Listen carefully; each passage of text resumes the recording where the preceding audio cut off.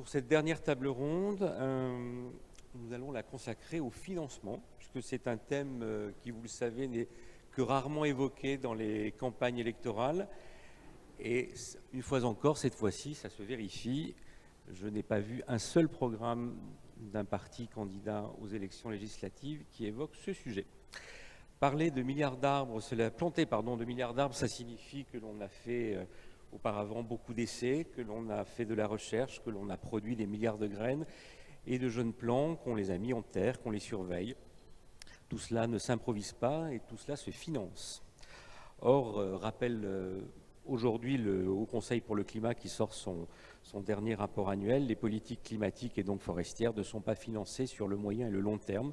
Nous allons donc tenter d'ouvrir des pistes en partant de l'existant pour aboutir à des moyens, vous le verrez, plus exotiques. J'appelle à la tribune Julia Grimaud, Philippe Cano, Éric Tepon et Éric Parent.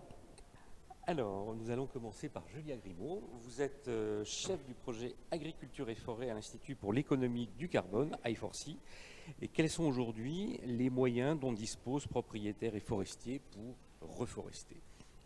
Ok, bonjour, merci de votre invitation. J'avais une petite présentation, je ne sais pas si vous voulez la diffuser ou pas, donc voilà, les slides sont quelque part.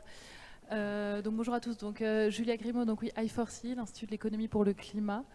On peut faire défiler s'il vous plaît. On est juste en deux mots un institut de recherche où on travaille, donc à but non lucratif, où on travaille sur toutes les questions économiques et financières qui sont liées à la transition écologique. Et du coup, là, moi, comme on a peu de temps, je voulais juste mentionner les deux sources de financement qu'on a aujourd'hui relativement récentes sur l'amont forestier et entre autres notamment pour le renouvellement forestier vu qu'on est sur une journée adaptation et impact du changement climatique. On peut faire défiler s'il vous plaît, désolée. Donc c'est pas exhaustif, mais c'est en tout cas les sources de financement relativement nouvelles qu'on va avoir sur l'amont forestier. Donc les financements France 2030, je pense qu'ils sont un guichet de financement public qui ont commencé avec le plan de relance, je pense que vous connaissez bien, et qui ciblent donc pas que, on va dire, de l'adaptation ou du renouvellement post-aléa, mais quand même en grande partie donc les peuplements sinistrés ou dépérissants ou vulnérables au changement climatique. Aussi des enjeux, on va dire, plus économiques comme les peuplements pauvres qui ne sont pas forcément des peuplements impactés par le changement climatique. Donc mais on a quand même une grosse partie de ces fonds qui sont dédiés du coup aux impacts du climat sur les forêts. Je reviendrai après sur les montants en fin de présentation. Et je voulais aussi mentionner ce qu'on appelle la finance carbone ou la certification carbone, qui sont là des sources de financement privées, donc d'entreprises qui sont dans un cadre de compensation ou de contribution carbone, qui sont moins importants en termes de volume, beaucoup moins, je vous représenterai aussi les montants à la fin, et qui ciblent aussi en partie le renouvellement du coup de forêts qui ont été impactées donc, par des aléas climatiques, donc dépérissement, incendie, j'y reviendrai aussi, mais pas seulement également, on a aussi des pratiques, on va dire, de boisement, par exemple, qui ne répondent pas forcément à un enjeu d'adaptation au changement climatique, ou de gestion forestière, là j'ai mentionné la méthode balivage, par exemple, aussi, qui ne sont pas forcément que dans ce cadre-là. Donc c'est deux outils qui ciblent partiellement, qui visent partiellement à répondre en tout cas au financement donc, des forêts qui ont subi l'impact du changement climatique d'ores et déjà, ou qui pourraient le subir à l'avenir. Je dis juste un petit mot aussi pour différencier ces deux types de financement, peut-être un petit mot un peu plus précis sur le cas de la certification carbone, parce que c'est peut-être ce qui est le moins connu, on va dire. C'est qu'on est sur un financement qui est basé sur une forme de mesure d'impact, de résultat en termes d'atténuation du changement climatique. C'est-à-dire qu'on va regarder combien ma forêt séquestre de carbone si je ne fais rien, et combien elle va séquestrer de carbone si je mets en place le projet ou l'action sylvicole en question. Et c'est cette différence, on va dire, ce gain carbone que va permettre le projet qui va être certifié, labellisé et qui va être financé. Donc on est sur une approche différente, on va dire, du guichet de financement public où on finance des actions forestières sans nécessairement qu'il y ait tout ce volet mesure d'impact. On peut se défiler, et donc voilà, il y a un outil pour le faire en France aujourd'hui, c'est le label bas carbone qui est piloté par le ministère de la Transition écologique. On peut passer aussi, j'y reviendrai, c'est juste pour dire que c'est un outil qui est piloté donc au niveau public, mais les financements qui viennent financer les projets sont bien des financements privés. Et au-delà de cette mesure d'impact, c'est aussi un cadre qui demande le respect d'un certain nombre de critères, on va dire, de qualité qui sont assez spécifiques à la certification carbone, parce que comme du coup on a potentiellement une revendication du financeur à la fin qui va dire j'ai financé un impact climat, du coup, il y a un cahier des charges qui est aussi un petit peu différent et qui demande de cocher un certain nombre de cases, comme par exemple l'additionnalité, c'est-à-dire qu'il faut démontrer que sans ce financement-là, le projet n'aurait pas eu lieu. C'est une manière de garantir l'efficacité du financement. Il faut démontrer qu'on ne finance pas quelque chose qui se serait fait de toute manière, mais qu'on vient financer quelque chose en plus. Donc ça, c'est aussi assez spécifique à ce type d'outil. Je ne vais pas rentrer dans le détail de tous les critères, mais on a aussi des critères un petit peu, on va dire, assurantiels qui permettent de garantir le risque aussi que les peuplements ou les boisements ou les forêts concernées subissent demain l'impact du changement climatique pour éviter de survaloriser, de survendre un gain carbone qui peut-être ne sera pas là parce que la forêt va subir un aléa. Voilà. Et je mentionnerai enfin qu'on parle de carbone, mais on parle aussi des impacts du projet de l'action sylvicole sur d'autres enjeux, notamment la biodiversité ou les impacts socio-économiques, qui sont aussi inclus de manière plutôt qualitative dans ces dispositifs. Voilà, on peut passer, je vais assez rapidement. Tout ça pour vous dire que... merci. On a ce qu'on appelle les méthodes, c'est finalement les cadres méthodologiques qui permettent de dire qu'est-ce qui est éligible, quelles sont les actions qui vont avoir un impact positif sur le climat, comment est-ce qu'on compte, etc. Tous ces aspects méthodos, c'est ce qu'on appelle des méthodes. Il y en a 3 aujourd'hui sur la forêt, il y en a aussi pour les autres secteurs, notamment l'agriculture, notamment le bâtiment, où on va aussi essayer de valoriser le carbone stocké dans les produits biosourcés, et notamment le bois. Voilà, je le mentionne là aussi. On peut passer également, et voilà, sur la forêt, on a les 3 méthodes dont je vous ai parlé, et à savoir qu'aujourd'hui, on a à peu près un quart des projets sont du boisement, un quart des projets sont justement de la reconstitution de peuplements dégradés, donc qui ont subi une tempête, un incendie ou un dépérissement, et c'est notamment les peuplements scolités de ces dernières années, et les incendies depuis 2022. Et la méthode gestion forestière balivage est très très minoritaire pour l'instant, il y a très peu de projets. Et le reste, la moitié suivante, c'est de l'agriculture.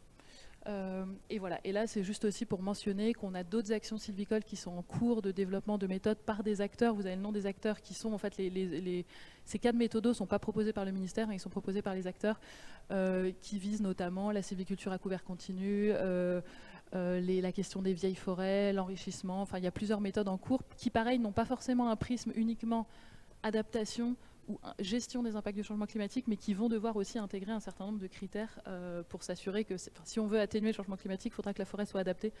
Donc voilà, va se poser aussi la question des critères dans tous ces cadres-là. Voilà. Là, j'ai juste mis quelques chiffres. Vous avez 1 500 000 tonnes de CO2 potentiel, donc qui seraient normalement séquestrées dans les 30 prochaines années. Vous avez les surfaces concernées, donc on voit qu'effectivement la méthode reconstitution, c'est principalement la Nouvelle-Aquitaine avec les peuplements incendiés, et c'est principalement Grand Est et Bourgogne-Franche-Comté avec les peuplements scolités. Donc évidemment, c'est ça qui a été principalement financé.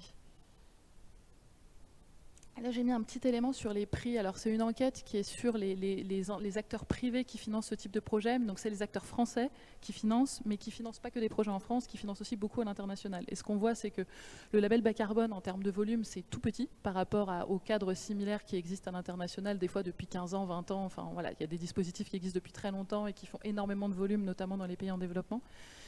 Donc c'est tout petit en termes de volume. Par contre, en termes de prix, on a un prix à la tonne qui est à 32 €, là où à l'international, on est plutôt une moyenne de 6. Donc il y a quand même une valorisation, une meilleure valorisation des projets. Et donc, sachant que l'idée, je ne l'ai pas précisé, mais c'est bien de financer les coûts des travaux, les coûts de mise en œuvre pour les propriétaires ou pour les acteurs. C'est pas, ça finance principalement les coûts des travaux. Et enfin, là voilà, vous avez aussi les prix par type de méthode. Donc on est à peu près à 31 € sur les 2 méthodes forestières. Et d'après cette enquête-là aussi qui a été faite par Info Compensation Carbone, il y a à peu près 75% de la valeur qui retourne vers le porteur de projet, donc le propriétaire, sachant que le reste, c'est les mandataires qui accompagnent les projets. Donc on a à peu près les 3/4 de la valeur qui retourne vers les projets. Et enfin, là, je vous ai mis un petit comparatif. Alors, les chiffres, c'est un peu à la louche, disons que c'est des estimations. On est en train de faire un travail plus précis, justement, sur la question, les financements France 2030 et les financements label bas carbone. Mais en tout cas, à ce stade, ce qu'on voit, c'est que renouvellement forestier, on est quand même sur des montants bien plus importants. J'ai mis entre 90 et 150 millions d'euros. Donc, en fonction de ce qui a été déposé, en tout cas, il y a une enveloppe de 150 millions d'euros. On verra ce qui sera dépensé donc, sur globalement un an. Là où le label bas carbone, on est plutôt entre 7 et 15 millions d'euros. Donc, on est quand même sur des montants plus faibles. mais qui sont a priori plutôt, voilà, plutôt exponentielles. On va dire que ça se développe assez fortement depuis l'année dernière et on pourrait s'attendre à ce que ça augmente parce qu'il y a aussi un cadre similaire qui se met en place au niveau européen, donc qui pourrait aussi peut-être voilà, dynamiser un petit peu. Et voilà. Et donc vous voyez qu'il y a des financements qui sont voilà, plus ou moins basés sur de la mesure d'impact, sachant qu'il y a des pratiques qui se retrouvent des deux côtés. Voilà. Et enfin, peut-être juste les questions qui se posent, c'est qu'on a du coup 2 dispositifs qui ciblent partiellement les mêmes pratiques, mais voilà, on n'a pas tout à fait les mêmes pratiques éligibles, mais il y en a notamment la reconstitution de peuplements dégradés à post-dépérissement incendie qui sont concernés par les 2 dispositifs, avec du coup plus ou moins de mesures d'impact et avec des critères du coup qui peuvent être aussi différents sur les critères techniques, que ce soit par exemple les critères de diversification des essences, les critères de travail du sol. Voilà, donc ça c'est nous, on est en train de faire un travail là-dessus justement pour regarder qu'est-ce qui se passe sur le terrain dans ces 2 dispositifs, parce qu'on voit que c'est finalement un peu les mêmes porteurs de projets aussi, enfin les mêmes acteurs qui sont dans les 2 mécanismes. Donc est-ce que c'est les mêmes projets sur le terrain? Est-ce qu'il y a des différences significatives? Donc là, voilà, j'ai pas de résultats à ce stade, mais on aura potentiellement des choses plus précises à la fin de l'année. Et les questions qui se posent, ce sont du coup justement aussi, est-ce que ces cahiers des charges sont vraiment très différents ou est-ce qu'ils sont potentiellement compatibles? Et est-ce qu'il y a un enjeu de mieux articuler peut-être les financements publics et privés? On a vu que pour l'agriculture, les financements publics venaient par exemple financer des diagnostics sur les exploitations agricoles et les financements privés venaient par derrière financer la mise en œuvre des plans d'action de réduction des émissions. Là, on a 2 voies de financement qui sont un peu parallèles, un peu concurrentielles. Alors des fois en faveur de l'un, des fois en faveur de l'autre. Et donc là, la question c'est est-ce qu'il y a un enjeu à articuler un peu mieux pour voilà, éventuellement maximiser les impacts, surtout si les financements privés ont vocation à augmenter ou pas. Est-ce que c'est faisable? Est-ce que c'est souhaitable? Voilà, c'est un peu les questions qui se posent, mais aujourd'hui on a ces 2 voies de financement parallèles et c'est, on va dire, les propriétaires qui choisissent l'une ou l'autre en fonction de leurs pratiques, des coûts, de peut-être leur possibilité d'accéder aux financeurs privés aussi. Voilà. Ça, j'en ai parlé, juste pour vous dire, on aura des éléments plus précis. Et ça, oui, je voulais juste mentionner, c'est un travail il y a 2 ans déjà qui date un peu. C'était justement on avait essayé de chiffrer les coûts de la feuille de route adaptation au changement climatique. Et ce qui ressortait, c'est qu'au-delà, donc là, les financements dont je vous parle, c'est assez récent. Là, c'est depuis globalement France Relance et puis le label bas carbone, c'est à peu près au même moment. C'est assez récent, ça faisait plusieurs décennies qu'on n'avait pas eu de financement dans ces montants-là pour l'amont forestier. Donc c'est voilà, plutôt, je pense, des financements qui sont bienvenus. Mais il y a aussi d'autres lignes pour ce qui est de l'adaptation au changement climatique qui ne sont pas forcément les investissements dans le renouvellement forestier, mais qui peuvent être la question voilà, des réseaux d'observation, des capacités de veille sanitaire, de gestion de crise, des cellules pour les dialogues forêt-société par exemple, qui vont être des actions qui en termes d'ordre de grandeur sont beaucoup moins coûteuses. On les avait chiffrées à quelques millions d'euros plutôt que quelques dizaines ou centaines de millions, et qui pourtant peuvent faire assez vite goulet d'étranglement. Donc il ne fallait pas oublier dans ces plans de financement, et que ça s'appuyait aussi sur des besoins de ressources humaines, je pense notamment dans les établissements publics, je pense à l'IGN, je pense à l'ONF, au CNPF. Voilà, donc ça a été, je pense, bien pris en compte dans les politiques plus récentes. Là, ça date de 2022, mais voilà, c'est un petit point d'attention qu'on n'avait pas non plus que les financements des travaux forestiers, il y avait aussi toutes ces actions autour et le maintien des ETP et voilà, dans les établissements publics concernés. Et Julia Grimaud, est-ce que c'est suffisant, tout cet argent, pour renouveler, pérenniser la forêt française de votre Si on en croit le chiffrage du rapport Objectif Forêt de l'année dernière, non. Je crois qu'on était à des... Mais ça, les acteurs de la filière sauront mieux le dire que moi, mais je pense qu'il y avait des chiffrages de besoins qui étaient plus autour de, je crois, 500 millions d'euros par an ou quelque chose comme ça dans les 10 prochaines années. Donc, alors, qui ne couvraient pas que ces actions-là, mais du coup, a priori, non. Mais je pense que la marche et était quand même plutôt bienvenue par rapport à ce qui se passait dans les années précédentes. Après, voilà, en fonction de l'impact du changement climatique et des surfaces qui seront concernées, ça peut être pas loin d'un fois 10, enfin, peut-être pas fois 10, mais... Éric Topan, justement, c'est votre tour. Vous êtes directeur général de France Sylva Services. Vous représentez à ce titre les propriétaires privés. Comment vos adhérents font-ils? Ils payent avec leurs sous ou ils utilisent l'argent privé? Merci pour l'invitation, et je précise que je suis le directeur adjoint de la fédération. Premièrement, je voudrais juste réagir là sur le point du besoin de financement du coût du renouvellement forestier. Je n'ai pas préparé de diapo, mais quelques chiffres assez simples. L'enjeu, c'est de renouveler à peu près 10% de la forêt française à horizon 2030. C'est la perspective du plan 1 milliard d'arbres, etc. On parle de 17 millions d'hectares, 10%, 1 700 000 hectares, coût moyen 5 000 euros. On est sur des enjeux de près de 10 milliards d'euros. C'est une échelle d'investissement très importante et qui évidemment dépasse les acteurs forestiers au sens où le revenu forestier seul, c'est-à-dire le revenu du bois, on parlera carbone juste après, ne suffira pas. Pourquoi est-ce que cet effort doit être partagé? Pour les innombrables services que rend la forêt. Paysage, biodiversité, qualité de l'eau, de l'air et séquestration de carbone, tourisme, etc. etc. Cet enjeu, c'est un enjeu national, c'est un effort collectif et il y a un plan d'action qui est en place depuis 3 ou 4 ans que nous avons, professionnels, acteurs de la forêt, publics et privés, demandé depuis plus de 10 ans, puisque on n'oublie pas que la période 2000 jusqu'à 2020, en gros, était une période assez maigre en financement public du renouvellement forestier. Une trentaine de millions d'euros pour le renouvellement forestier pendant cette période, donc on a un retard important de renouvellement forestier. Voilà, pour ce qui est de la propriété forestière privée, dire qu'il y a 3,5 millions de propriétaires privés en France, donc 12 millions d'hectares de forêt privée, donc c'est 3 hectares de forêt, 3 hectares en moyenne par propriétaire, donc on est plutôt dans la forêt familiale. Il y a aussi des grandes propriétés, il y a aussi des beaucoup plus petites propriétés. Ces éléments moyens cachent évidemment des réalités qui peuvent être assez diverses. Donc les forestiers, ils sont responsables de la forêt, du maintien de l'état boisé de la forêt. Une forêt doit rester forêt. Et pour qu'elle reste forêt, de temps en temps, il faut agir, il faut investir. Et aujourd'hui, c'est de plus en plus qu'il faut le faire parce que le climat change plus vite que la forêt ne peut s'y adapter. Donc ce sont des investissements qui sont assez lourds. J'évoquais le chiffre de 5 000 euros par hectare. Quand vous n'avez pas de revenus de la forêt, c'est le cas de beaucoup de petites et moyennes propriétés, eh bien, c'est de l'argent qu'il faut sortir directement de sa poche pour un revenu que rares sont ceux qui le verront de leur vivant, parce que la production de bois qui sera vendue, c'est à un horizon 20 ans pour le peuplier, 50 ans pour le résineux, 100 et plus pour le feuillu. Donc autant dire que même si cette forêt restera en famille, c'est quand même une démarche assez altruiste.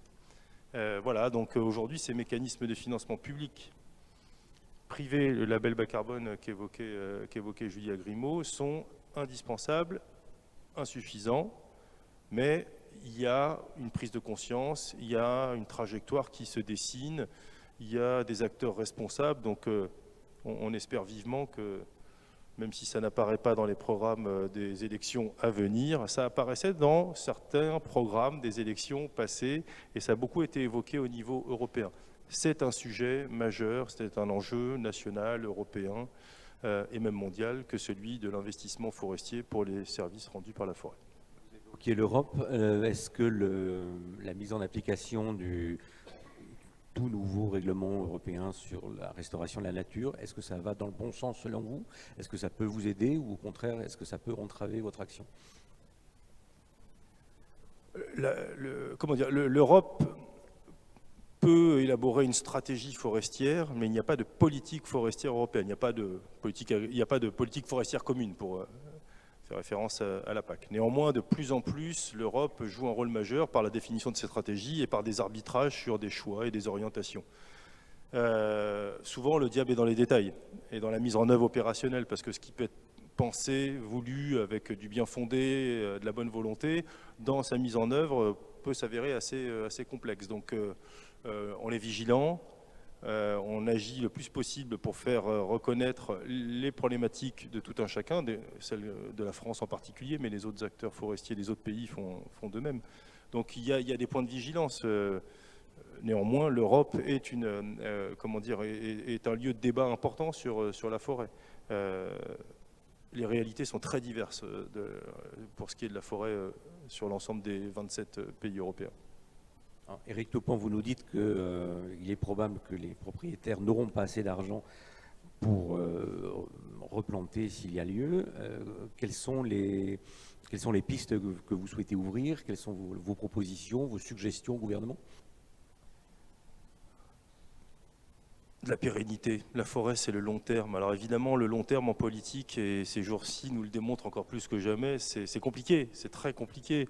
Les élus en parleront mieux que moi, mais on a besoin d'un plan et d'une vision et d'une stratégie et d'une mise en œuvre dans la durée. Et on se bat à coup d'innombrables réunions avec les différentes instances entre organisations professionnelles et autorités de l'État, plusieurs fois par mois, tout au long de l'année, pour que les annonces se traduisent par des mises en œuvre concrètes et qu'elles soient réalisables.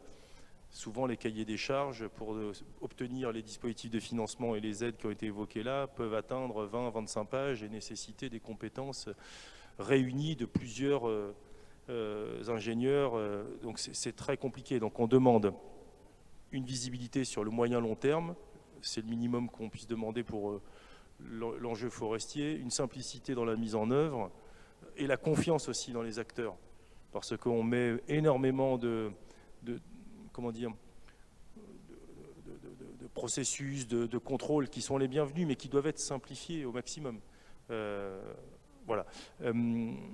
Ce qu'on essaye de faire, je voudrais dire un mot d'un outil qu'on a développé en filière, d'ailleurs collectivement récemment, c'est qu'il existe des aides formidables. Maintenant, il faut qu'elles soient connues, parce que les réunions que nous faisons récemment encore montrent que les enveloppes ne sont pas suffisamment consommées. Complexité, retard dans la mise en œuvre, certes, mais aussi elles gagneraient à être mieux connues. Et donc on a développé en filière, avec notre interprofession France Bois Forêt, un simulateur d'aide au renouvellement forestier, qui est aujourd'hui accessible. Pour le moment, il est accessible sur le site Francilva, simulateur.francilva.fr. Il sera accessible dès la rentrée sur l'ensemble des sites des organisations forestières qui souhaiteront le mettre en avant, puisqu'il a été réalisé ensemble avec la forêt publique, la forêt privée.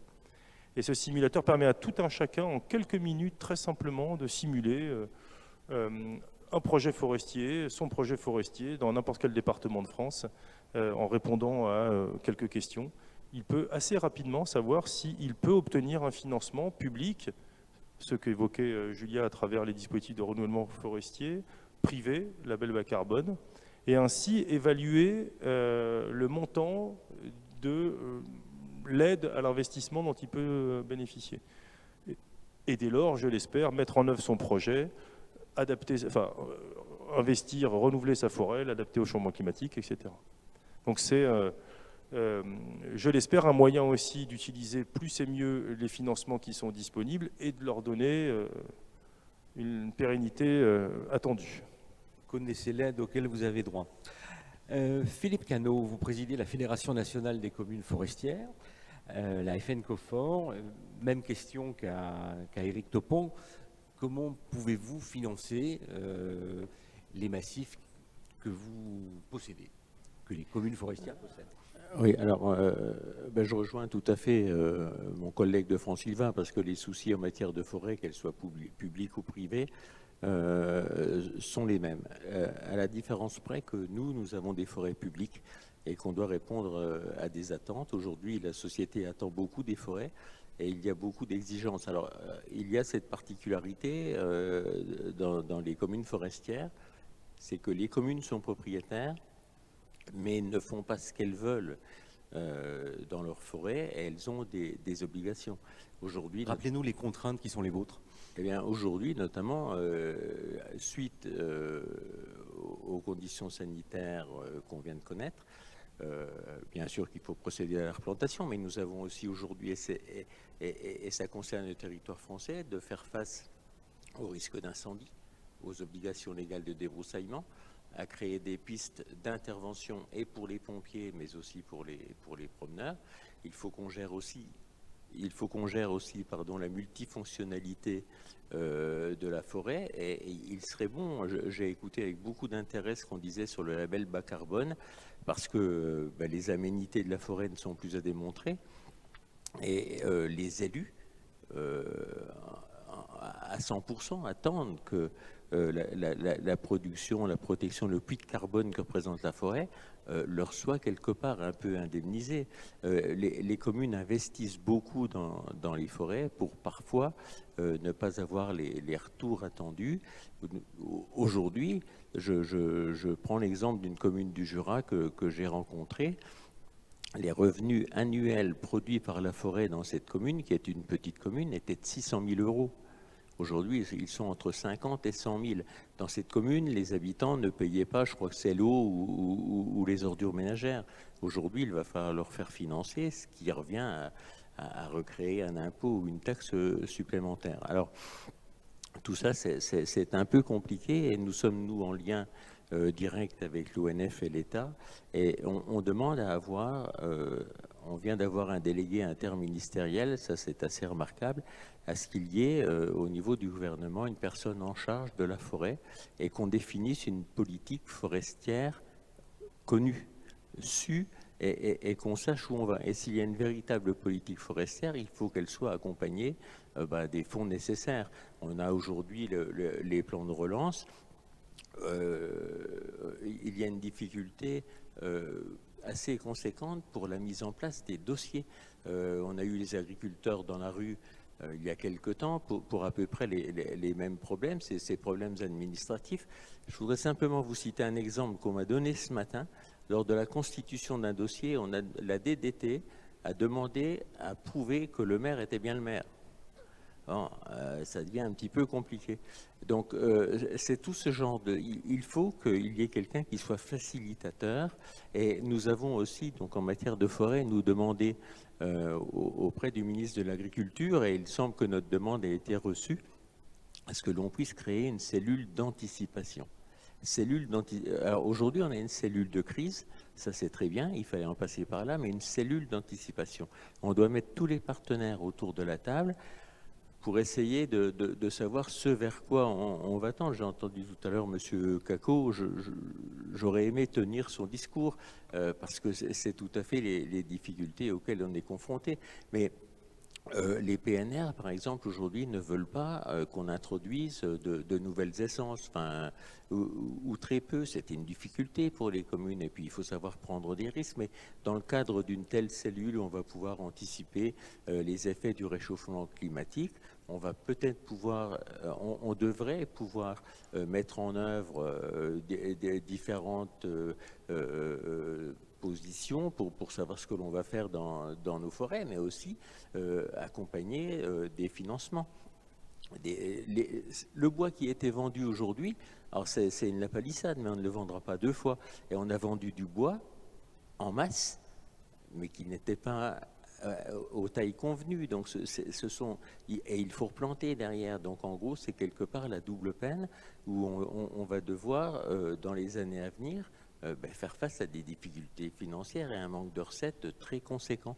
Et puis il nous faut, je reviens sur ce qui a été dit sur le label bas carbone, on a quelques craintes aujourd'hui parce qu'il y a des entreprises, des gros groupes financiers qui cherchent, enfin c'est pas sympa de dire ça, mais qui en tout cas veulent recourir à un autre mode de combustible que l'énergie fossile.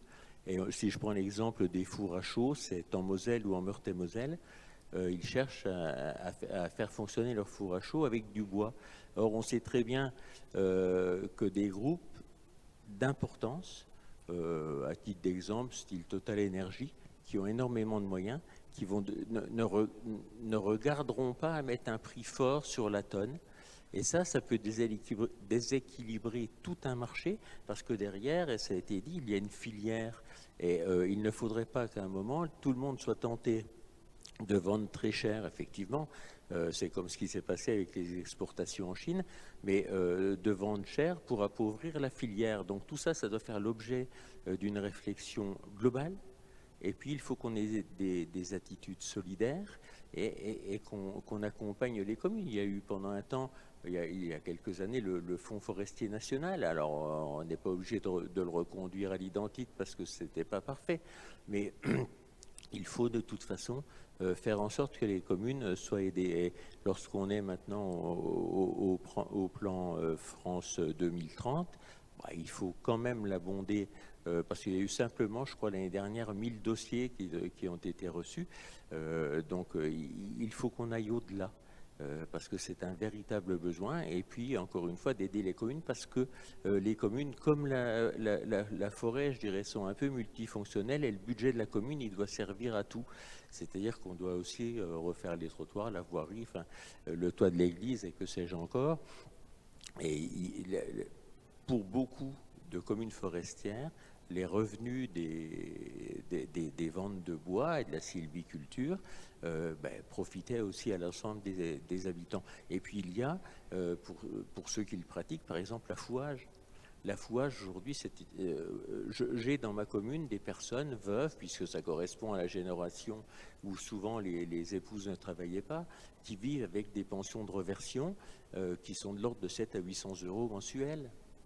Si on ne leur apporte pas quelque chose en matière de forêt pour leur chauffage, ce sont des personnes qui sont en précarité. C'est déjà difficile aujourd'hui. Donc ça, c'est aussi le rôle de la commune de pouvoir apporter des financements. Mais pour ce faire, il faut pas qu'on apporte de contraintes supplémentaires sur la forêt. Et Dieu sait qu'aujourd'hui, il en pèse beaucoup. Francis Salé devait éventuellement parler tout à l'heure. Moi, dans mon département, les Ardennes, on est vent debout face à la position de Francis Salé parce qu'il veut chez nous reconstituer une forêt primaire sur 70 000 hectares. Forêt primaire, vous savez ce que ça veut dire. Et le pas de temps de la forêt primaire, il a 700 ans. D'accord ? Et là, c'est une véritable catastrophe parce que la forêt, c'est un moyen économique aussi de vivre en France. C'est 440 000 emplois, ce sont des milliards de chiffres d'affaires. Donc, il faut impérativement nous accompagner. Alors, nous, ça va passer par l'État, par le biais de l'ONF, qui est notre bras armé, pour pouvoir développer, continuer et sauvegarder nos forêts. Julien Rimaud, est-ce qu'une commune forestière peut mettre en place un projet labellisé label bas carbone? Et si on prend quelques chiffres que vous auriez en tête, quels pourraient être les revenus générés par cette opération pour la commune? Alors, c'est une bonne question. Alors oui, sur le principe, oui, il y a tout le monde, enfin n'importe quel acteur, y compris les communes forestières, pourraient tout à fait déposer des projets. Après, c'est la manière dont sont calculés les coûts généralement. Alors peut-être Eric pourra dire dans la pratique, mais en tout cas en théorie, ce qui était prévu, c'est que le prix, en fait, ça finance les travaux. Donc normalement, le propriétaire, donc quel qu'il soit public ou privé, chiffre sur la base de devis les coûts de ses travaux, par exemple de renouvellement, par exemple d'un peuplement qui a été sinistré, donc dépose son projet pour une labellisation, et ensuite c'est à chaque du coup porteur de projet, donc là au propriétaire ou à un mandataire, quand un acteur plus gros, par exemple comme France Sylva, peut faire mandataire pour plusieurs propriétaires, d'aller chercher des financements privés. Donc c'est pas un guichet à la public, il faut trouver des financeurs privés. Donc c'est là où c'est un peu plus compliqué, c'est que c'est une démarche du coup, qui est pas, c'est pas automatique. C'est pas parce qu'on a un projet labellisé par le label bas carbone qu'il y a automatiquement un financement. Il y a cette recherche de financement qui est nécessaire. Par contre, après, rien n'empêche que le financement soit à 100%. C'est-à-dire que c'est une négociation qui se passe après entre le financeur et le porteur de projet, de dire mon projet il coûte tant, mon gain carbone espéré sur 30 ans c'est ça.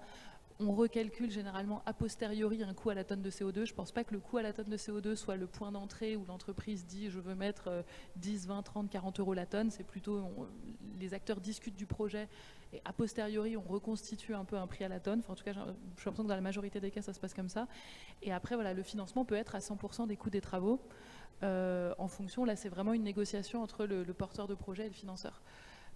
Et là, pour le coup, on va essayer de savoir. Alors, comme je dis, on est en train de faire un travail cette année. On verra à quelles données on peut avoir accès, mais on aimerait bien avoir un peu des données sur justement quel est le coût. On sait que dans le France 2030, on a des coûts à 50, 60, 80% des travaux. Il y a des bonifications et tout. On sait exactement quel va être le cofinancement. Pour le label bas carbone, on ne sait pas. On sait que ça peut aller jusqu'à 100%. Il n'y a pas de limite. Par contre, dans la réalité, on ne sait pas encore quel est finalement le taux de cofinancement privé, on va dire, qui est apporté. Et ça, on espère avoir des données d'ici la fin de l'année là-dessus. À vous écouter, j'ai l'impression que pour mener à bien un projet de cette sorte et espérer en tirer de substantiels revenus, il faut avoir de l'ingénierie dont souvent les communes forestières sont dépourvues. Complètement. Par essence même, je dirais, c'est d'actualité, c'est que les communes forestières sont des petites communes qui n'ont pas les services et qui sont. J'ai écouté aussi ce que disait tout à l'heure Franck Silva, c'est que à un moment il faut qu'on soit aidé, il faut qu'on ait cette ingénierie-là, il faut qu'on ait les bons conseils. Moi, dans ma commune, j'ai 2 salariés. Ils ne sont pas ingénieurs forestiers, moi non plus, donc voilà, il faut qu'on cherche, on a besoin d'être, d'où l'importance d'avoir l'ONF à nos côtés qui peut nous aider, mais il y a effectivement ce manque de communication, il y a des choses qu'on ne sait pas. J'apprends aujourd'hui effectivement qu'on peut peut-être pas recevoir des financements, mais encore que juridiquement ça mériterait qu'on puisse s'en parler, parce que je ne sais pas comment des fonds privés peuvent arriver dans une collectivité publique. Ce n'est pas aussi simple que ça. Voilà, mais non, il y a un réel manque d'ingénierie, on a besoin d'avoir des gens à nos côtés et de pouvoir travailler ensemble. Donc une suggestion pour les rédacteurs de projets politiques, ça pourrait être la création d'un service national d'aide à l'ingénierie forestière. Oui, c'est une belle idée, c'est des choses qui doivent pouvoir être mutualisées. Alors après, comment les mettons en place? Il ne faut pas encore qu'on fasse une usine à gaz où on fait l'administratif en France, on en fait beaucoup. Donc aujourd'hui, effectivement, on peut faire des choses, mais il faut les faire simplement. Merci à vous deux. Je vous ai parlé tout à l'heure de financement exotique. Nous allons en parler de suite avec Éric Parent. Alors, pour ceux qui ont étudié la compensation carbone en France, le nom d'Éric Parent ne doit pas vous être totalement étranger puisqu'il est l'un des pionniers. Il avait créé à l'époque, il y a une dizaine d'années, quinzaine d'années, Climamundi, qui était vraiment l'une des toutes premières sociétés en France à s'occuper de compensation. Aujourd'hui, finalement, il chevauche le même cheval, mais sous une écurie différente, puisqu'il dirige depuis peu de temps la coopérative carbone de Paris et du Grand Paris. Alors, c'est une autre façon peut-être de financer des projets de replantation, aussi bien dans des parcelles forestières qu'en ville, finalement. Comment ça marche? Alors, oui, donc la coopérative carbone Paris et Métropole du Grand Paris, c'est son nom.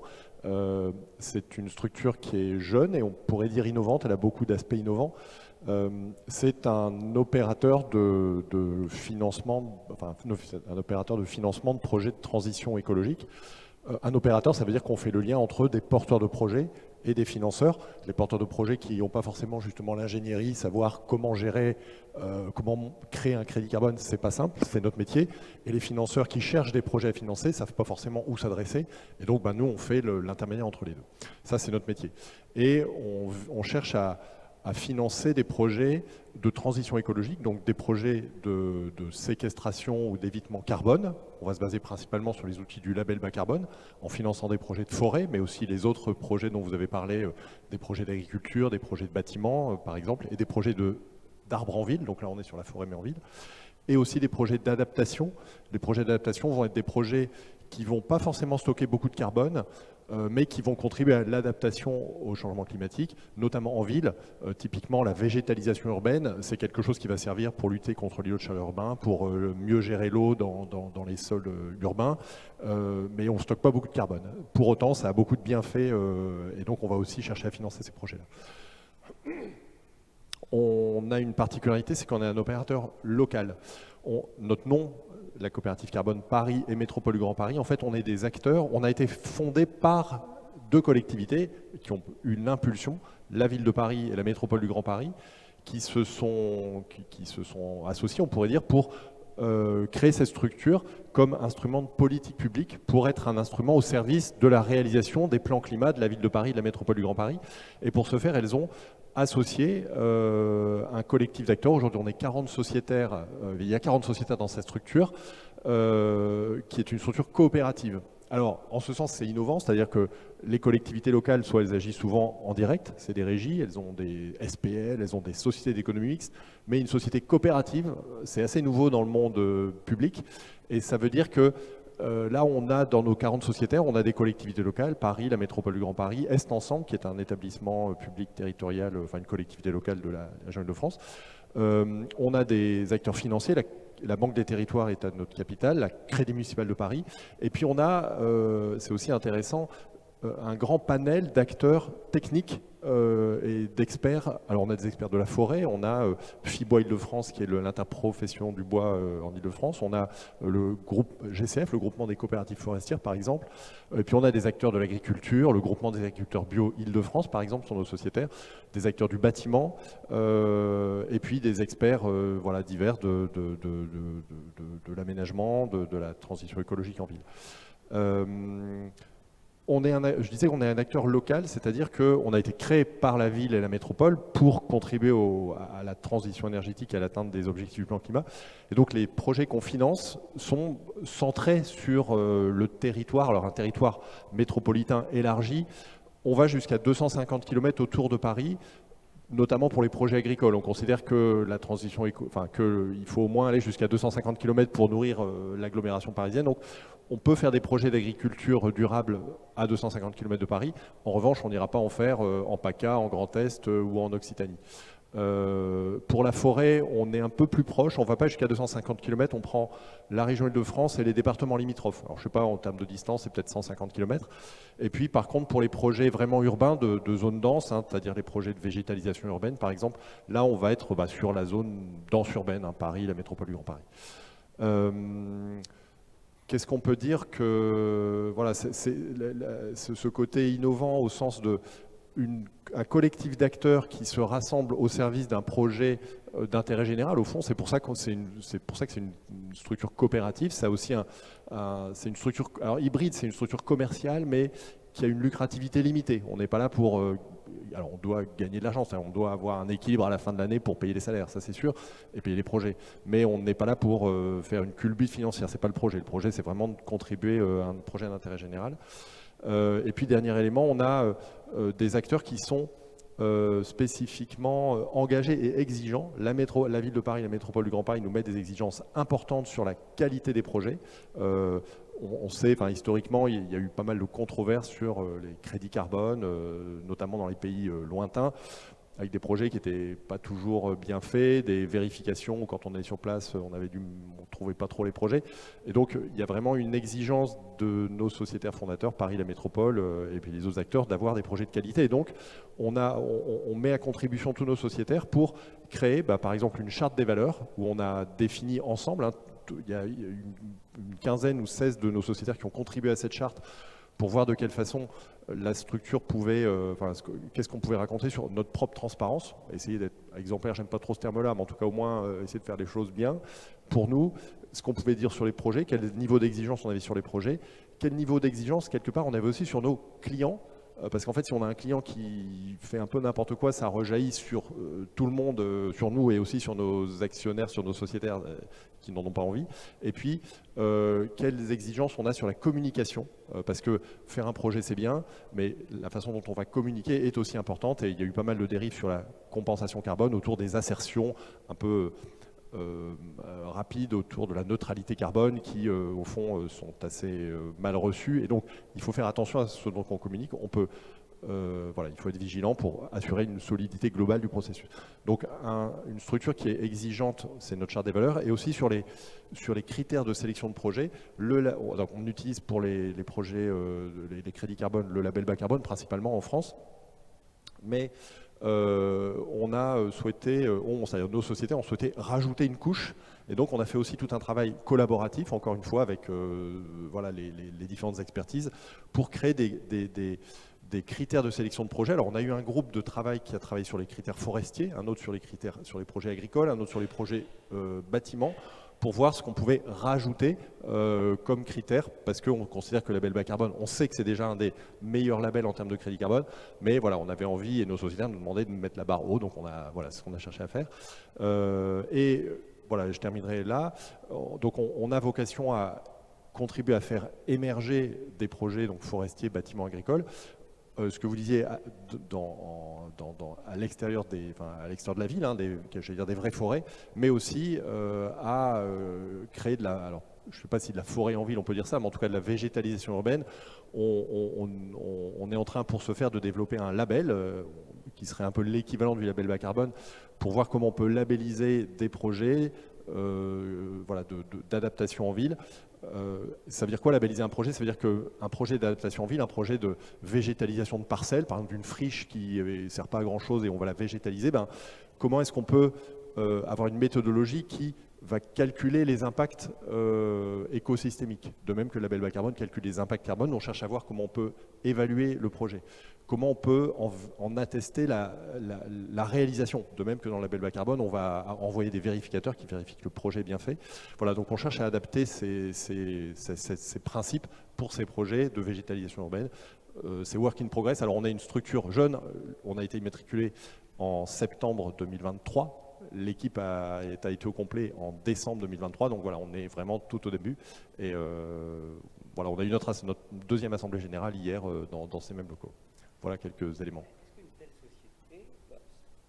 Est-ce qu'une telle société est réplicable? Le schéma que vous nous avez exposé, le modèle d'affaires, est-ce que c'est réplicable ailleurs? Pourquoi pas dans un réseau de communes forestières ou dans d'autres collectivités? Alors, c'est réplicable comme toute structure, enfin a priori. Il y a une première structure du même type qui a été créée il y a quelques années à La Rochelle. C'était la première, il y a une coopérative carbone de La Rochelle qui a été la première du genre. La coopérative carbone de Paris est la deuxième. Et, on sait qu'il y a d'autres collectivités en France qui cherchent à s'inspirer de ce modèle. Je pense qu'il est encore un peu tôt pour en comprendre la pérennité. En tout cas, le principe de acteur local qui cherche à embarquer un écosystème public et privé au service d'une transition écologique locale, je trouve que c'est un modèle qui mérite d'être tenté. Qui intéresse en tout cas. Éric Topon, vous souhaitiez réagir? Merci bien. Oui, je voulais apporter un point de vue forestier, c'est-à-dire que l'initiative est louable et j'espère qu'il y en aura d'autres pour couvrir tout le territoire, parce que l'enjeu, je l'ai dit tout à l'heure, il est tellement important que plus on peut mobiliser la société civile, des acteurs, entreprises, privés, pour venir contribuer à l'effort de renouvellement forestier, mieux ce sera. Les financements publics seuls ne suffiront pas. Et j'évoquais la pérennité et la vision de long terme de la forêt. On voit bien que la campagne en cours montre qu'il n'y a pas de sujet forestier sur la table et des financements dédiés. Donc on a besoin de ces financements-là, on a besoin de dispositifs qui permettent de faire en sorte que forêt et société civile puissent interagir, mais il faut qu'il y ait les forestiers. Sinon, ça risque de partir un peu dans des directions différentes et sans avoir d'application réelle en forêt. Et je dis cela parce que nous, forestiers, on sait organiser. On a mis en place dans les structures France-Sylva, les coopératives forestières, la forêt publique avec l'ONF et d'autres, on est capable de monter des projets labellisés bas carbone et d'aller chercher les financeurs. Mais c'est mieux encore si, avec des opérateurs, on peut travailler ensemble pour faire en sorte que l'objectif que nous poursuivons tous ensemble, c'est que le maximum des financements carbone, entre guillemets, aille en forêt. Julien nous l'a montré tout à l'heure, 76% en moyenne. Il faut rester sur ce niveau d'exigence, voire même 80%. Ce qui compte, c'est bien qu'on finance du renouvellement forestier. Il y a également des entreprises privées, des start-up à but lucratif, celles-ci qui ont vocation à intermédier et se développer dans ce dispositif. Très bien, il en faut aussi, à condition qu'on ne perd pas de vue que l'objectif, c'est d'abord de financer le renouvellement forestier au travers de l'atténuation et donc la captation de carbone que rendent possible ces projets forestiers qui doivent être de qualité. Et pour que ce soit ainsi, rien de tel que les forestiers comme partie prenante du dispositif. Ouais. C'est vraiment complémentaire, hein, mon intervention est là pour dire, sans forestiers, attention à ce qu'on ne fasse pas des projets qui n'aient pas de réalité opérationnelle et concrète. Pardon, oui, non, c'était juste pour rebondir et pour renforcer, je pense, le rôle aussi, effectivement, des collectivités comme ça. Elle est hyper importante. Enfin, la manière dont ça avait été pensé au début de label bas carbone, c'est qu'effectivement, on aurait quand même besoin de cette couche d'intermédiaire, on va dire, pour faire le lien entre des acteurs de terrain et des financeurs, qui peuvent être des intermédiaires au niveau national, mais effectivement, au niveau local, je pense qu'il y a un vrai rôle à jouer et on est content de voir que ça émerge et qu'effectivement, il y a d'autres communes aussi qui se lancent un petit peu pour juste pour justement cibler les projets, on va dire, pertinents pour le territoire, et aussi aller chercher des financeurs qui sont peut-être pas que les gros nationaux, mais aussi éventuellement des financeurs plus locaux qui vont être identifiés justement parce que sur ce territoire-là, on sait qu'ils sont présents, etc., et qui peuvent passer entre les mailles si on n'est que à l'échelle nationale. Donc je pense qu'il y a en tout cas ce niveau ce rôle d'intermédiaire et de lien entre des porteurs de projets et des financeurs à un niveau plus local. Je pense qu'il est aussi très important pour que justement ces financements se déploient et se déploient plus vite. Voilà, qu'autrement. Et on voit, nous on le voit tous les jours, l'intérêt et l'importance de la présence des collectivités locales dans notre sociétariat. On voit que les financeurs qu'on va voir sont sensibles à cette présence-là. C'est pour eux un gage de sérieux, c'est pour eux un gage de sérieux par la légitimité institutionnelle et aussi par l'aspect, j'allais dire, non lucratif. On n'est pas une ONG, mais en tout cas la lucrativité des SIC, sociétés coopératives d'intérêt collectif, est faible. Et donc cette légitimité est importante pour justement pouvoir embarquer et avoir de la crédibilité, embarquer les financeurs locaux pour financer ces projets. Je notais, Julien Grimaud, dans votre présentation qu'il y avait un montant assez significatif d'argent provenant de mécènes qui vont à la forêt. Alors, qui paye pour la forêt, qui donne pour la forêt plutôt, et est-ce que ce potentiel est évaluable? Est-ce qu'on sait jusqu'où on pourrait drainer cet argent pas de bénévoles, mais en tout cas de généralement? Alors, c'est pas le sujet que je connais le mieux. Donc, nous, les chiffres qu'on a pris là, c'est des chiffres d'un rapport de l'IGDD, je crois, qui est sorti récemment, plutôt en que c'est biodiversité. Et je sais que mes collègues ont recalculé pour voir ce qui pouvait être ciblé climat. Donc voilà, c'est des ordres de grandeur, je pense, un peu généraux. C'est pas forcément des chiffres très précis. Effectivement, on sait que sur la forêt, il y a aussi pas mal de mécénat. Donc, ce qu'on appelle mécénat, ça va être des financements privés qui ne sont pas associés, en tout cas en première intention, à de la mesure d'impact carbone ou autre. C'est-à-dire qu'on va financer un projet forestier avec, du coup, normalement, pas de contrepartie en termes de communication. C'est ce qui change pour le financeur par rapport à de la compensation ou contribution carbone, où le financeur peut dire j'ai financé tel projet qui a tel impact. Alors, modulo les débats, effectivement, sur les objectifs de neutralité, mais normalement, il y a une forme de communication qui est permise, là où sur le mécénat, elle n'est pas permise. Et on a effectivement un certain nombre d'acteurs. Alors, il y a effectivement pas mal de start-up aussi, je pense, qui utilisent ce mode de financement. On a des associations, je pense, comme Sylvact, je pense, en Rhône-Alpes, qui sont aussi plutôt sur une logique mécénat, qui financent des projets forestiers, de gestion forestière, où là, on n'a pas forcément vocation... Enfin, on peut mesurer des impacts, mais on va dire que c'est plutôt secondaire. C'est pas la raison du financement. En fait, on finance un projet forestier, on mesure des impacts à côté. Les montants, c'est ce qu'on a mis là. Je pense que pour l'instant, c'est à peu près kiff-kiff avec les financements bas carbone. J'ai l'impression que dans les ordres de grandeur, on est un peu similaire. Et je pense que c'est potentiellement un peu les mêmes, je pense. Les acteurs privés derrière, ça peut-être qu'effectivement, je laisserai compléter les gens qui sont directement avec les financeurs. Je pense que c'est les mêmes. Nous, le seul point d'attention peut-être qu'on mettrait là-dessus, c'est qu'il y a un peu de tout. Enfin, quand on parle de mécénat, je pense qu'il y a un petit peu de tout. Il y a des initiatives, je pense, très vertueuses qui ont aussi un certain nombre de critères, qui mesurent un certain nombre de choses, qui donnent des indicateurs et qui les rendent transparents et qui communiquent. Et il y a des structures où c'est beaucoup plus opaque, où on finance de la forêt, où on a des jolies photos. Et pas, donc voilà, là, du coup, je pense qu'il y a un point d'attention peut-être plus spécifique pour les financeurs. Nous, c'est l'intérêt que certains financeurs avaient vu à des outils comme Label Bas Carbone au début, c'est qu'on avait un outil externe qui donnait un cahier des charges externe avec une validation, une vérification des projets qui dit ce projet il fait ça, il permet ça. Et c'est pas aux financeurs d'essayer de lire entre les lignes de communication et de deviner, en gros, est-ce que c'est sérieux, est-ce que c'est du greenwashing. Voilà, donc c'est Alors Philippe Cano et Éric Parent.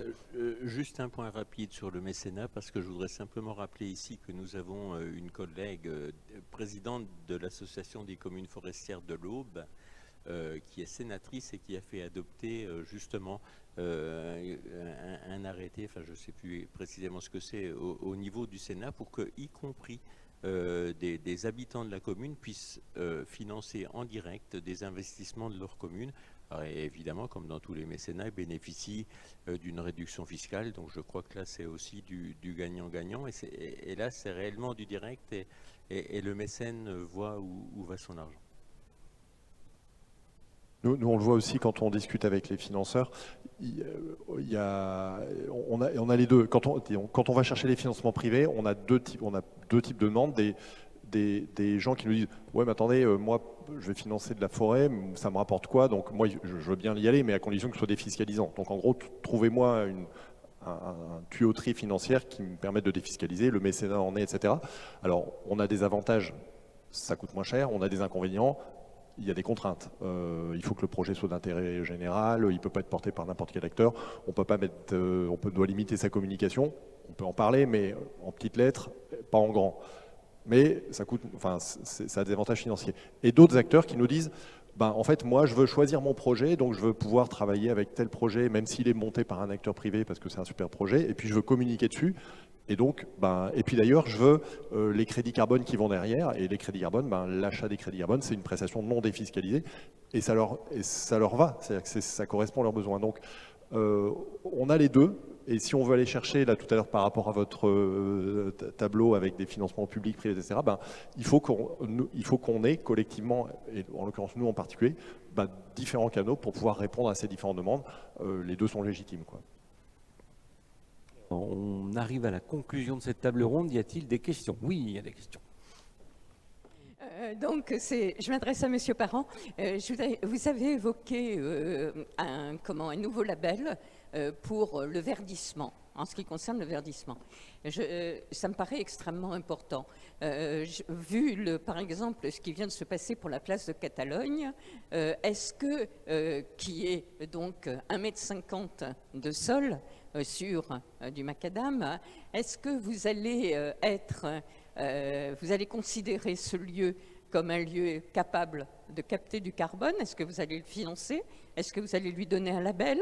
C'est-à-dire comment vont se faire les différences entre forêt urbaine et espace de verdissement? Je veux dire, ça n'a rien à voir. Donc, est-ce que vous pouvez nous dire un peu comment vous voyez les choses? Merci. Alors, je fais une nuance, ce n'est pas nous qui finançons, nous ne sommes pas un guichet de financement, nous allons chercher des financeurs, c'est une petite nuance, voilà, mais c'est important. Ce nouveau label, il est en cours de création. Alors, sur la place de Catalogne, je ne peux pas dire si, si le projet rentrerait dedans ou non. En revanche, il y a eu un collectif d'experts qui a travaillé sur sur une méthodologie visant à labelliser des projets de nature en ville, c'est comme ça qu'on les appelle. Donc l'idée, c'était de pouvoir labelliser différents types de projets de végétalisation avec, alors soit en surface, soit en toiture d'ailleurs, de renforcement ou de la végétalisation directement. Il y a différents pour les critères de la labellisation, il y a un panel d'indicateurs qui ont été imaginés. Tout d'abord, des indicateurs de contexte, c'est-à-dire que végétaliser à un endroit, enfin, végétaliser juste à côté du jardin du Luxembourg, bon, il y a déjà le jardin du Luxembourg. Par contre, végétaliser une zone qui est archi-urbaine et dans laquelle le premier territoire végétal est très loin, bah là, pour le coup, ça a plus de valeur. Donc, on a cherché à créer des indicateurs de contexte pour savoir si le projet, dans son contexte, il était intéressant. Et puis, des indicateurs de résultats sur le projet lui-même. Encore faut-il que le projet tienne la route. Et on a cherché à intégrer des indicateurs de différentes natures, autour de la biodiversité, s'assurer qu'il y ait, par exemple, plus de 10 espèces végétales dans l'endroit, sur au moins 2 strates, en bas et au milieu, enfin voilà, il faut que au milieu et haut, ou bas et haut, enfin en tout cas il faut qu'au moins 2 strates. Il faut qu'il y ait de mémoire au-dessus de 50% d'espèces locales, ultra locales. Voilà, donc ça c'est des typologies d'indicateurs autour de la qualité du projet, biodiversité. Et puis il y a des bonus, par exemple autour de est-ce que le projet en plus embarque des technologies de meilleure gestion du sol, par exemple est-ce qu'on a mis des noues pour améliorer la qualité de la gestion de l'eau, des systèmes de désimperméabilisation, est-ce que aussi des indicateurs sociaux. Est-ce que, par exemple, on profite du projet pour faire des programmes de sensibilisation scolaire et autres? Voilà, donc c'est un processus, enfin, il y a un premier jet de ces critères qui ont été écrits. Il faut maintenant, l'étape dans laquelle on est maintenant, c'est de constituer, de constituer un panel d'experts qui fasse vivre ce projet, ce programme, et puis qu'on aille ensuite constituer un panel d'experts pour faire vivre le programme, travailler sur les typologies de financement, notamment le mécénat. On pense que ces opérations spécifiquement urbaines peuvent être plus particulièrement utiles pour le mécénat ou recherchées par le mécénat, et puis ensuite chercher des projets. Voilà. Pardon ? Pour démarrer, on se donne à peu près 6 mois. Voilà. Donc on espère avoir nos premiers projets fin d'année, ce serait idéal, début 2025. Voilà. Je rappelle pour les internautes qui ne sont pas parisiens que la place de la Catalogne est une place qui est extrêmement minérale, qui se situe dans le sud de Paris, où il n'y a pas un arbre dans un rayon de 500 mètres, et qui était auparavant équipée d'une magnifique, une très grande fontaine qui a été détruite pour installer une espèce de, les forestiers me corrigeront sans doute, de forêt urbaine ou de bosquet avec un petit square autour. Et c'est l'un des premiers pas de la revégétalisation de Paris, à en croire la mairie de Paris. Voilà. Question de contexte. Y a-t-il d'autres questions, remarques ou suggestions ? J'avais une question pour Julia Grimaud. Est-ce qu'on a une idée du potentiel de développement des opérations label carbone? Je veux dire par là, combien de carbone ça pourrait stocker dans l'absolu si tout se passait bien, et quelles ressources ça pourrait rapporter aux porteurs de projets, évidemment. Ou est-ce qu'on n'en sait rien du tout? Alors, je ne pense pas que je vais m'aventurer sur un chiffre. Ce qu'on peut dire, c'est que là, je crois qu'en tout, il y a à peu près 3 millions de tonnes de... oui, c'est ça. 3 millions de tonnes de CO2 entre les projets agricoles et forestiers. Je crois que c'est 1,7 million pour la forêt. C'est plutôt exponentiel en termes de courbe, c'est-à-dire que ça a commencé, la label bas carbone, ça a dû commencer, je sais plus, en 2018-19, mais le gros des projets, c'est à partir de 2022. Donc en fait, c'est assez récent et on voit que là, 2022, malheureusement, il y a eu le scolite incendie qui ont fait que, ça et les boisements, mais surtout scolite incendie quand même, qui ont beaucoup augmenté ces dernières années. Donc la courbe, elle est toujours plutôt exponentielle. Là, on a vu qu'il y avait quand même 4 ou 5 méthodes sur des nouvelles pratiques de gestion forestière qui arrivent, donc qui devraient aussi tirer vers le haut. C'est dur à dire à quelle vitesse ça va évoluer. On est plutôt sur une montée quand même assez importante depuis 2022, globalement. Et en termes de financement, j'ai l'impression, mais pareil, qu'en forêt, on n'est pas trop mal financé. Il y a plutôt un accès pas trop... Enfin, en tout cas, que les projets forestiers ne sont pas trop mal financés. C'est plus compliqué côté agriculture, par exemple. Ils ont plus de difficultés à trouver des financements. Après, on espère aussi qu'il y a un cadre un peu similaire qui est en train de se mettre en place au niveau européen, qui va pouvoir aussi développer la demande. Et oui, ça je ne l'ai pas dit, en termes de financement, on a des financements volontaires d'entreprises privées dans le cadre de contributions, compensation carbone, et on a aussi, depuis 1 ou 2 ans, des financements, on va dire, réglementaires des compagnies aériennes et des centrales à charbon qui sont obligées de financer des projets. Alors voilà, on peut discuter de la pertinence de permettre à ces acteurs-là de compenser, mais en termes de financement, c'est quand même une grosse part de financement pour les projets, parce que eux, ils sont obligés.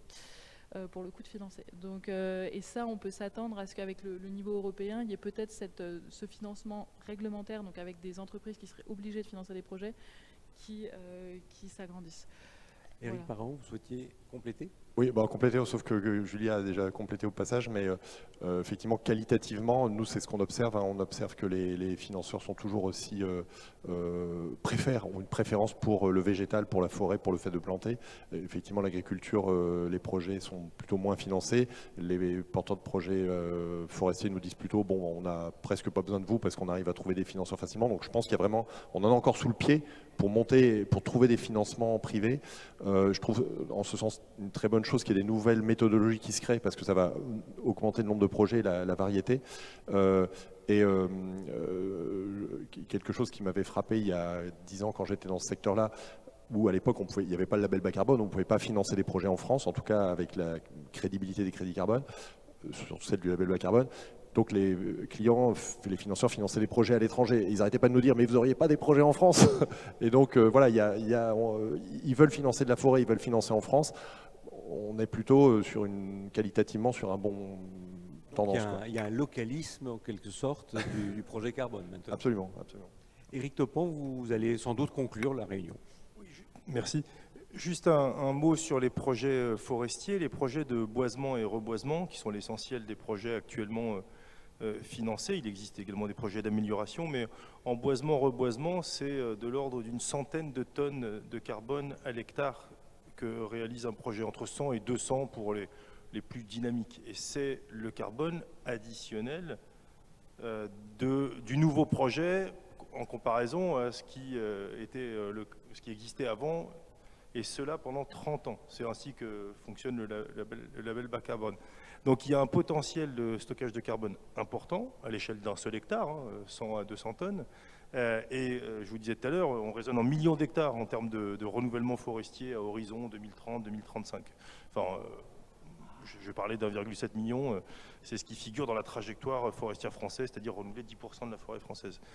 Donc il y a des enjeux considérables et encore une fois, la société civile est bienvenue pour y contribuer. Voilà.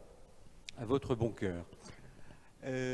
Écoutez, vu que notre personnalité qui devait conclure la journée n'est pas là, je vous propose de mettre un terme à cette journée consacrée à la forêt dans une France surchauffée. Je vous remercie beaucoup d'y avoir participé, je remercie la régie, je remercie les internautes qui nous ont suivis toute cette journée.